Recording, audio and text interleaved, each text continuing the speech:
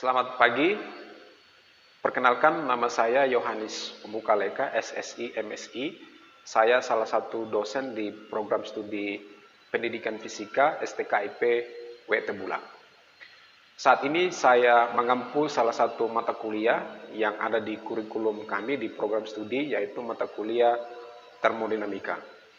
Mata kuliah ini berada di semester 2 dengan bobot SKS 3 SKS, full teori tanpa praktek, dan mata kuliah ini adalah wajib bagi seluruh mahasiswa yang berada di program studi pendidikan fisika STKIP WT Bulang. Mata kuliah ini memiliki 10 capaian pembelajaran yang dapat saya jabarkan. Yang pertama, mahasiswa memahami konsep dasar dan memformulasikan persamaan gas ideal.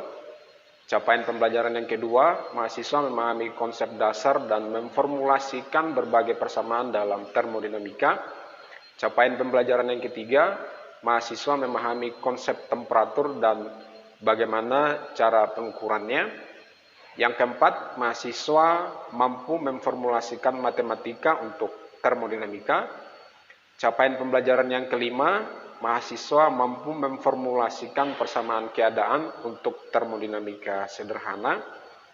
Capaian pembelajaran yang keenam, mahasiswa memahami dan memformulasikan hukum satu termodinamika serta aplikasinya. Yang ketujuh, mahasiswa memahami konsep dasar kapasitas skalor. Yang kedelapan, mahasiswa memahami konsep dasar hukum termodinamika yang kedua. Yang kesembilan, mahasiswa memahami konsep dasar reversibel dan irreversibel. Dan capaian pembelajaran kita yang terakhir adalah mahasiswa memahami konsep dasar entalpi, entropi, dan persamaan Maxwell. Itu 10 capaian pembelajaran yang harus dicapai oleh mahasiswa ketika mengikuti perkuliahan untuk mata kuliah termodinamika ini. Lalu, untuk pokok bahasannya yang akan dipelajari nanti juga ada 12 pokok bahasan. Yang pertama itu tentang pendahuluan. Jadi di pendahuluan nanti isinya adalah kontrak perkuliahan, di mana di kontrak itu saya beserta dengan mahasiswa mencoba untuk membuat kesepakatan terkait pelaksanaan perkuliahan untuk termodinamika ini. Lalu setelah itu untuk pertemuan yang pertama masih dilanjutkan, nanti akan membahas tentang konsep dasar dari gas ideal. Lalu untuk pertemuan yang kedua nanti akan membahas tentang konsep dasar dari termodinamika. Yang ketiga, sistem termodinamika. Yang keempat, temperatur dan pengukurannya. Yang kelima, matematika untuk termodinamika. Yang keenam, persamaan keadaan sistem termodinamika sederhana. Yang ketujuh, kerja sistem termodinamika. 8, hukum satu termodinamika. 9, kapasitas skalor. 10, hukum 2 termodinamika. Yang ke-11, reversibel dan irreversibel. Yang ke-12, entalpi, entropi, dan persamaan Maxwell. Itu pokok-pokok bahasan yang akan dipelajari nanti. Lalu sistem perkuliahannya seperti apa? Untuk perkuliahan termodinamika ini untuk semester ini itu dilakukan secara full tatap muka. Jadi perkuliahannya berlangsung real di dalam kelas. Lalu untuk sistem penilaiannya saya bagi beberapa poin, ada 4. Yang pertama untuk UTS saya berikan bobot penilaian sebesar 30%.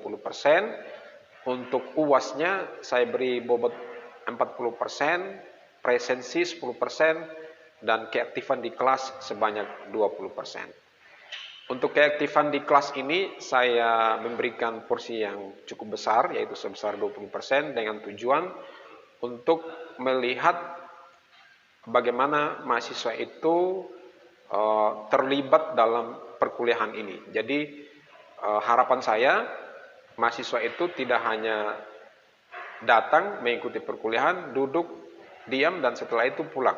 Tetapi saya ingin melihat bagaimana mahasiswa itu terlibat aktif dalam perkuliahan.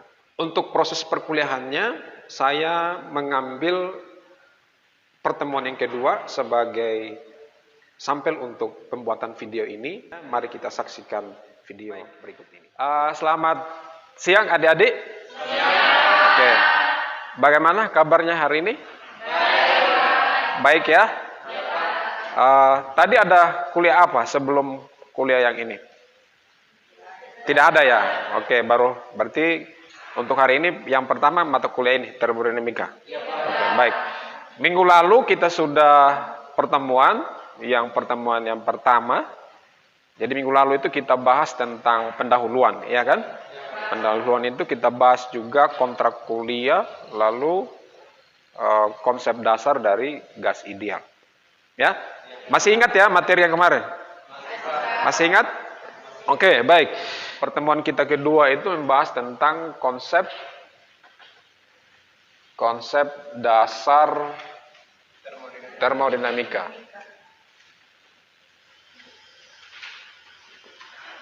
Ya, misalnya saya gambarkan satu sistem ya. Ini misalnya sistem. Jadi misalnya tinjau sistem berikut. Ya, misalkan ini adalah sistem. Sistem ini di luar ini apa namanya? Lingkungan ya. Jadi yang di dalam ini adalah sistem. Yang di luar sini adalah lingkungan. Ya. Nah, sistem ini, di dalam sistem ini isinya partikel gas itu macam-macam. Ya.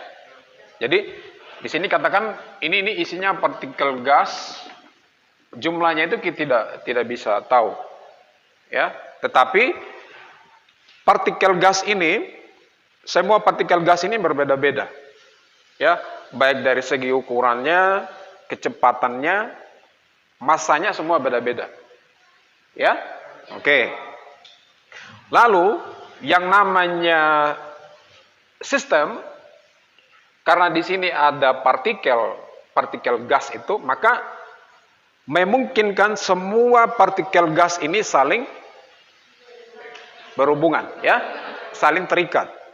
Karena ini adalah sistem, ketika satu partikel gas ini dia bergerak, dia kan mengganggu partikel lain, ya. Akibatnya apa? Sistem ini akan terganggu juga. Ya, jadi kestabilan daripada sistem ini dipengaruhi oleh kestabilan dari setiap partikel. Bisa diikuti ya? Siapa yang bisa kasih contoh tentang sistem ini dalam kehidupan sehari-hari saja? Ada? Tentang sistem. Pernah lihat motor? Pernah bawa motor? Motor itu bisa sebagai sistem tidak? Kan motor itu kan punya ban, punya apa lagi? Mesin, punya rantai, punya gas. Ya, jadi itu kita bisa anggap dia sebagai sistem karena dia saling berhubungan. Jadi misalnya kalau ban motor pecah, masih mungkin tidak jalan motornya. Bisa sih, tapi tidak akan stabil. Ya, dia akan terganggu. Kalau misalnya bensinnya habis, bisa jalan tidak? Ya, bisa juga kalau kita dorong, tapi tidak stabil dia. Ya, tidak sebagaimana mestinya. Sama dengan gas ini. Ya, jadi ketika partikel A atau partikel gas A yang ada dalam sistem ini bergerak atau terganggu, dia akan mengganggu partikel lain. Akibatnya sistemnya terganggu. Ya. Nah, di dalam sistem ini ada yang namanya energi dalam.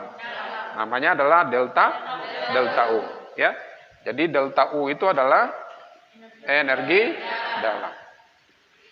Nah, ketika kita beri kalor sistem ini, kita kasih Q misalnya. Kita kasih Q, ya. Kita kasih dia Q, maka nanti dari sistem ini akan muncul yang namanya apa di sini? W ya. W itu adalah usaha. Yang ini apa tadi? Kalor ya. Ya. Jadi kalau sebuah sistem kita kasih dia kalor, maka dia akan menghasilkan usaha. Ya. Bisa? Nah, kalau kita dari ilustrasi ini kalau kita bikin hukum satu termodinamikanya,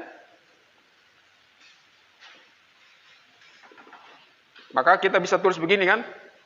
Delta U sama dengan Q minus W. Ya.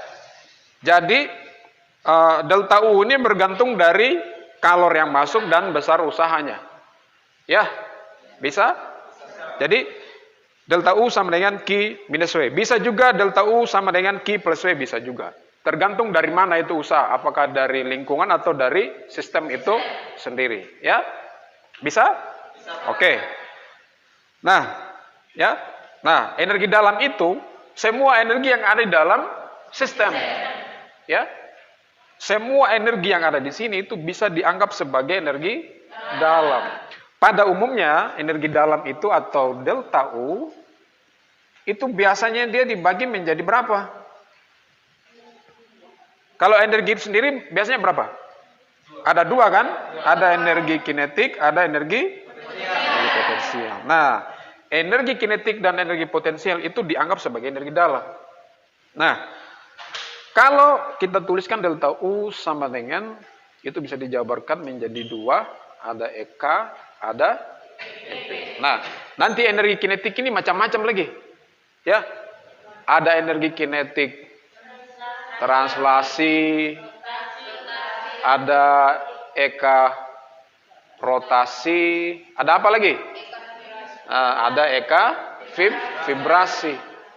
Energi yang ini semua, energi yang kita jabarkan yang tiga ini, masuk di energi dalam. Ya, oke. Nah, bagaimana dengan energi potensialnya? Untuk energi potensial ini, kita bisa anggap energi potensial itu sama dengan 0. Ada yang tahu alasannya kira-kira kenapa energi potensial bisa dianggap sama dengan 0? Ada? Oke, caranya begini. Energi potensial itu kita anggap dia sama dengan 0 karena massa partikel sangat kecil, ya. Satu partikel tuh bisa lihat udara, tidak bisa ya. Nah, satu partikel udara ada yang bisa tahu masanya berapa? 1 kilo? 1 kilogram? Tidak ya, kecil sekali.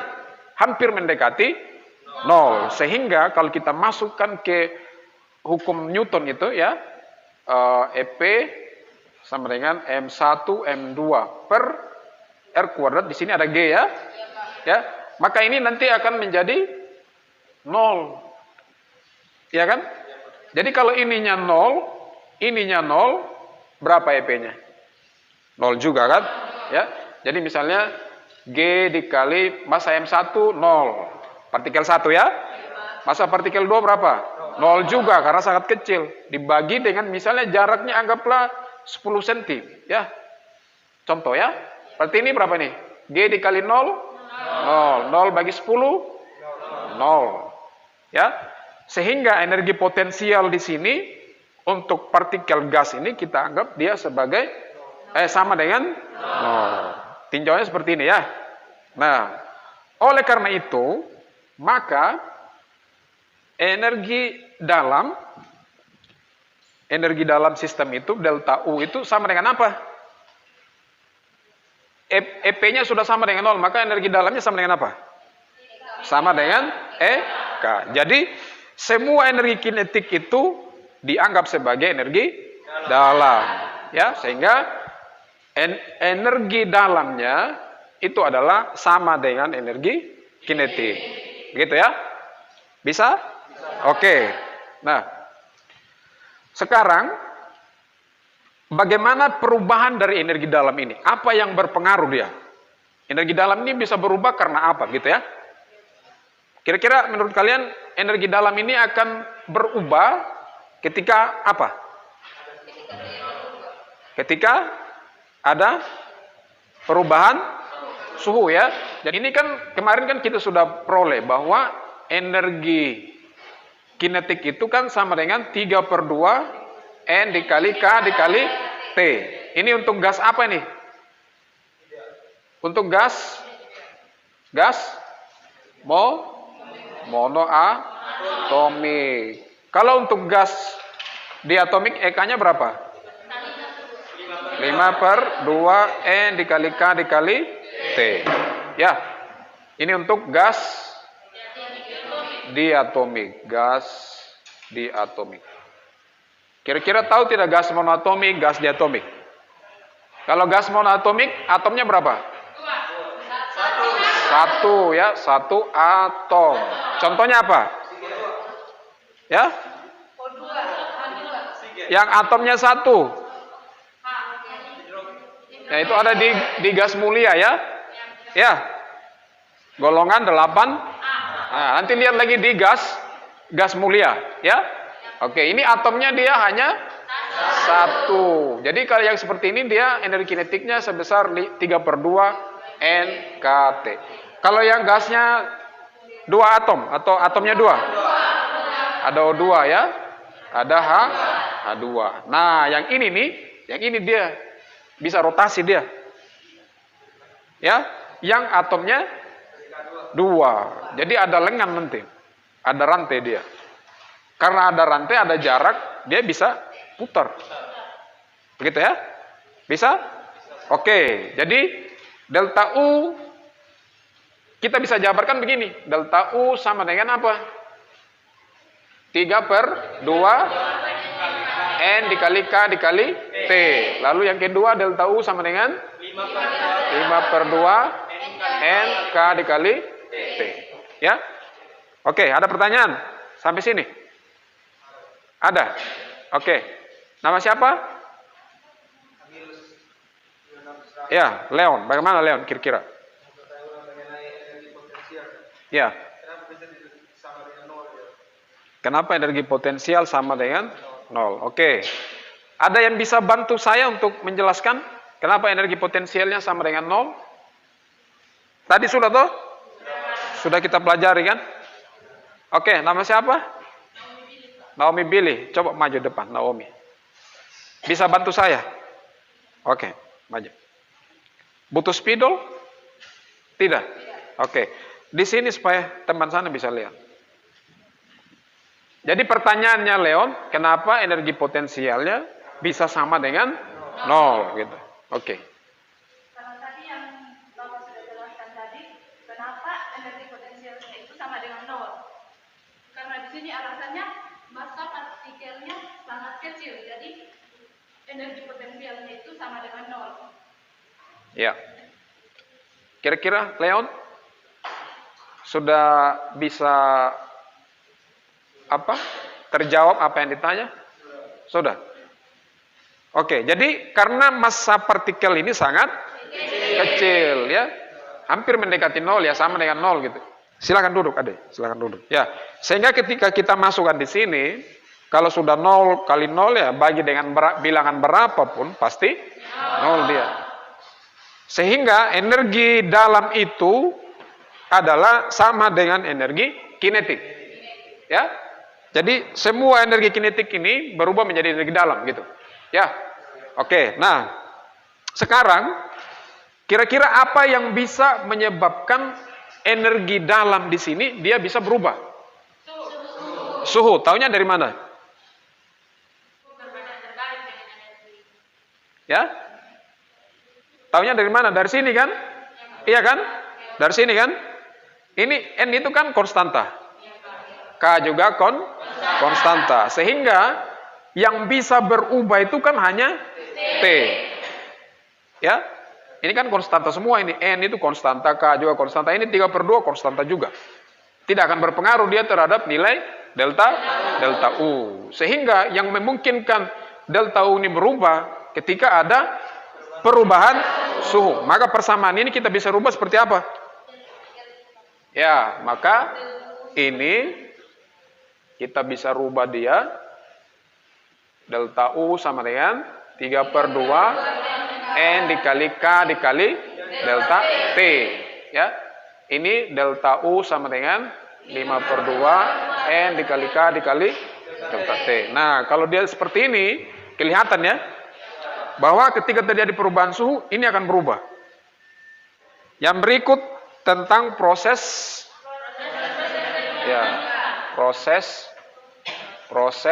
termodinamika. Ada berapa ya? Dulu di SMA mungkin sudah dapat juga kan? Ada berapa? Oke, yang pertama apa? Isobarik. Yang kedua? Isokorik. Yang ketiga? Isotermal. Yang keempat? Adiabatis ya. Batis.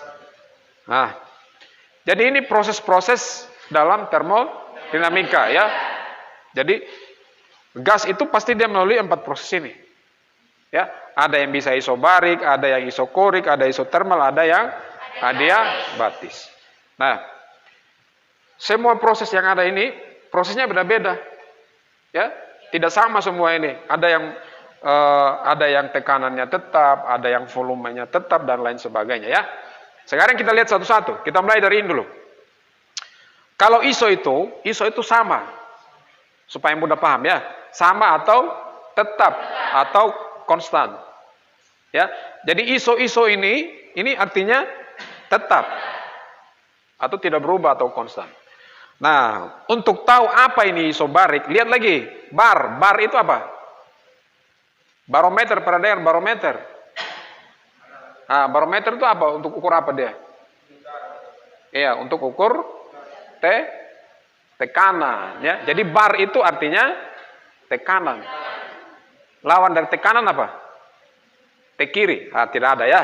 Nah, jadi bar itu adalah artinya tekanan. Nah, kalau iso dan bar digabung artinya apa? Iya, tekanannya tetap. Jadi kalau ini P-nya yang tetap. Oke, pindah lagi. Ini yang jelas ini iso artinya tetap ya. Kalau korik artinya apa? Ini volume berarti VT tetap. Kalau ini termal berarti T-nya yang tetap. Nah, kalau yang ini dia Q-nya itu sama dengan 0. Ya. Jadi Q-nya sama dengan 0. Oke, sekarang kita lihat. Dari proses-proses ini kita harus bikinkan atau memformulasikan persamaannya di setiap proses ini. Ya. Supaya lebih mudah, kita lihat dari bawah saja. Ya, analisisnya mulai dari yang paling bawah. Oke. Tadi di hukum 1 termodinamika kita sudah dapat persamaan delta U apa? Q minus W. Ya. Q minus W. Oke. Sekarang lihat adiabatis. Kira-kira di sini Q-nya 0 berarti W-nya berapa? W-nya berapa? Atau jangan W lah supaya jangan bingung. Delta U. Delta U-nya sama dengan min W kan? Taunya dari mana? Karena Q-nya bernilai 0. Masuk sini kan delta U-nya kan min W. Pindah lagi bagian atas. Ini isotermal. T-nya yang tetap. Tadi ini kita sudah belajar di sini. Di sini ini kita sudah pelajari. Ya. Ketika T-nya tetap, delta U-nya berapa di sini? Delta U-nya sama dengan 0 kan? Iya kan? Delta U-nya kan 0 kan? Taunya dari mana? Taunya dari sini kan? Iya. Kalau Anda yang masih bingung kan begini analisisnya.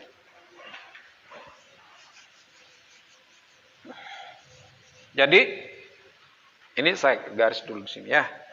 Jadi delta U 3 ini ya. 3/2 N dikali K dikali delta T. Kita lihat di isotermal itu T-nya yang tetap. Suhunya yang tetap, artinya tidak berubah. Ya. Jadi kalau misalnya untuk yang ini misalnya katakan misalkan T1 itu dia 2 derajat Celcius, T2-nya berapa? Kalau dia tetap? Ya, 2 derajat Celcius. Kalau kita masukkan di persamaannya 3/2 N dikali K dikali 2 derajat Celcius kurang berapa? 2. Ya, 2 derajat Celcius. Berarti 3/2 N dikali K dikali 0. Berarti ini berapa? Sehingga di sini kita tulis 0 ya. Delta U-nya 0. Oke. Karena delta U-nya 0, kira-kira Q-nya berapa? Q-nya berapa? Q-nya sama dengan V. Lihatnya di sini ya. Sini ya. Bisa? Oke. Yang berikut adalah ini. V tetap. V tetap kita bisa tinjau dari mana? Ya. Kita bisa tinjau dari persamaan yang di pertemuan kemarin itu, di pertemuan 1 W itu kan P dikali delta V kan? Jadi kalau tidak ada perubahan volume, tidak ada usaha. Bisa? Jadi ketika ada perubahan volume dari sebuah sistem berarti ada usaha gitu. Bisa diikuti ya? Oke. Sekarang lihat di sini di isokorik apa yang tetap? Ya, V-nya tetap. Ada perubahan V tidak di sini? Tidak ada. Berarti W sama dengan P dikali berapa? Kali 0 ya. Berarti W-nya sama dengan 0. Berarti di sini kita tulis W sama dengan 0. Oke, karena W sama dengan 0, delta U-nya berapa? Delta U-nya sama dengan Q. Ya, bisa diikuti ya? Bisa. Ada yang masih bingung ini cara menentukan nilai-nilai ini? Tidak ada. Jadi untuk proses adiabatis Q-nya 0, delta U-nya itu minus W. Isotermal delta U-nya 0, Q-nya itu sama dengan W. Beda ya, ini Q sama dengan W, ini delta U-nya min W, ini Q-nya 0. Kalau ini W-nya 0, tidak ada usaha artinya delta U-nya sama dengan Q. Ya. Kalau yang ini ya normal saja dia kan? Ya, berarti delta U-nya itu 3/2 atau 5/2. Ya. NK dikali delta T atau ini semua yang ideal tuh masuk sini. PV, NR, NRT. Ya. Oke? Kalau yang ini analisanya dari bawah ya? Bisa? Oke, jadi kita sudah bisa memformulasikan beberapa persamaan atau konsep yang ada di konsep dasar dari termodinamika, ya? Oke, bisa? Bisa. Oke, ada pertanyaan? Ada pertanyaan tidak? Tidak ada? Oke, jelas ya? Jelas. Oke. Untuk hari ini saya rasa cukup sudah sampai sini. Nanti kita akan ketemu lagi di pertemuan berikut di minggu depan, ya? Oke, jangan lupa belajar. Kalau ada yang belum jelas nanti bisa ditanyakan. Ya. Di ruangan saya bisa ke sana kalau misalnya ada yang belum jelas bisa ke sana untuk konsultasi untuk tanya-tanya tentang materi yang kita sudah pelajari. Oke? Oke, baik. Saya rasa cukup sampai di sini. Selamat siang.